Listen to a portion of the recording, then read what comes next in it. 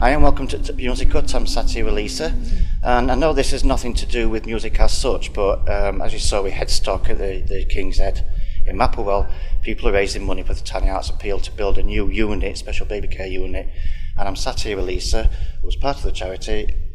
Can you just tell us what your title is? Yes, so I'm Lisa Calvert and I'm the Charity Development Manager for Barnsley Hospital Charity, who is a charity that administers the Tiny Hearts Appeal. Okay, and I've seen that you're building towards a new unit. Was there an old unit that closed down? Why a new unit? Or there just wasn't one altogether? No, we do actually have a neonatal unit here in the hospital now. It's up on the top floor. The O block was originally built back in the 70s, and it's obviously designed around how care was then. We want to bring a new modern unit, so we want to bring it down to the same floor as the birthing unit, so we're not up on the top floor, we're not exposing babies to go out in lifts, etc., in different environments. And it also means we can design it around the care that we provide, which means bigger space around cots, making sure that families can be there and be involved in the care as well as the nurses, and just have the state-of-the-art unit now, just bring it up to date and make sure it's a fantastic new unit. Well, I'm going to touch on then that you just mentioned parents. I know that at Sheffield there is facilities for them to spend the night, or they might be able to stop in a room, if you like, for overnight. Is it going to have all that kind of thing as well? We do. We're going to have 2 purpose-built family rooms. They're both going to be en suite. They're going to be designed like a lovely hotel, so that actually it does feel like a home away from home rather than staying in a makeshift ward, for example. So it's going to be soundproof, but they're going to be just next door to the baby's room as well, which is fantastic. Okay, and I looked on Facebook, and you're trying to get to 1 million, and I think you're just over 600,000 there? Yes, we are. We are over 655,000 at the moment, which is absolutely fantastic. Can't say thank you enough to all the supporters in and around Barnsley that helped us get to that figure.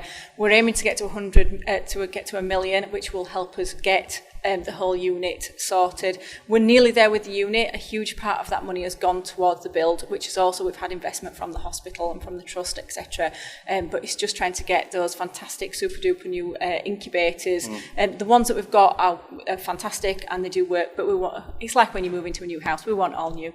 Well, yeah, I mean, there's always new technology coming out that helps progress treatment in all sorts of ways. So you've mentioned you got some funding from the NHS Trust. Was that kind of difficult? Because, I mean, there's cuts being made left, right and centre in all sorts of areas. Yeah, there has. It's obviously the charity made that, helped make that possible with that investment, that extra investment that we had from all the supporters here nearby, and the fact that we'd already got to well over 500,000. It did make that argument for a unit easier because we got that money, we got the people behind us, and it was a very strong message that it sent across as well.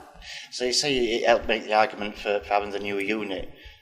Did they ask any questions about how the new unit is going to carry on afterwards? Is it going to be reliant on just funding from the NHS, or is it going to be made up with funding from people doing more charity work? How will it carry on after it's been built? It will be a significant amount of the funding has come from obviously Barnsley Hospital and from the Trust itself, and it will carry on as the Trust will continue to fund in the same way they do the current neonatal unit.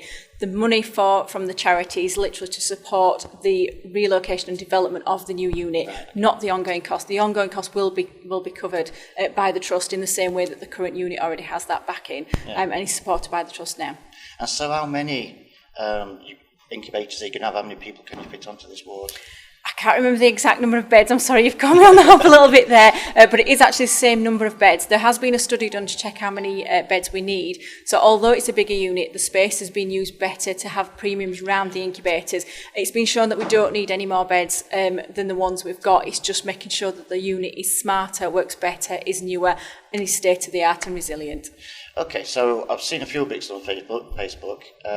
What sort of things have people been doing to raise money for you? Oh, we've had some absolutely amazing things. We've had, for example, the other week we had a little girl doing a homemade lemonade stand. We've had loom band selling. So we've had these youngest supporters that have done all sorts, whether it be in school or just off their own back. We've had some business supporting us as well. So XPO, Halifax, Barnsley, etc., just to name a few. And then on top of that, we've had wonderful supporters that have done all sorts, whether it be obviously Headstock, that have done that fantastic music festival. We've had people jumping out of planes. We've had people standing on planes. We've had people running. We've got people running the Great North Run this year. We've just had an absolute plethora of just amazing things that people have done. Might have had a head shave. There's just been all sorts. There's so many things that people have done. I am just amazed by the generosity of people every single day. You know, it's lovely. I get to see the lovely supporters that we have and the amazing lengths that they go to support not just the Tiny Hearts Appeal, but other areas of the Barnsley Hospital charity as well. It's amazing. Okay. So I know people can donate, and we'll be putting all these details across the bottom of the screen. If anybody, you know, if they wanted to help out in any other kind of way, is there a way that they can help out? Can they volunteer in any kind of way? Or? Absolutely, we are always looking for event volunteers to help. We've got, for example, bucket shakers that we need at an event. You know, if the supporters haven't got enough people, sometimes, you know, having them extra volunteers to help, you know, hold a bucket, to help, you know, collect donations.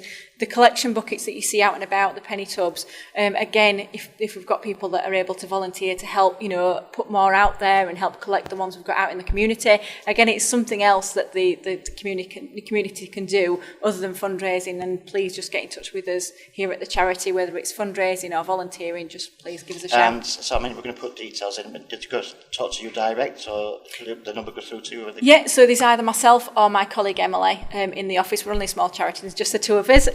So we'll kind of help you. So we've got obviously Facebook channels, we've got the email, you know, phone calls, anyway, whichever works best for you guys, get in touch with us. We'd love to hear from anybody.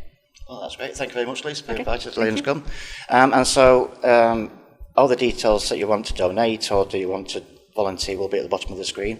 There is also at the Garrison and Mandela Gardens One Love, and the money there will be raised is going to the Tiny Arts Appeal as well.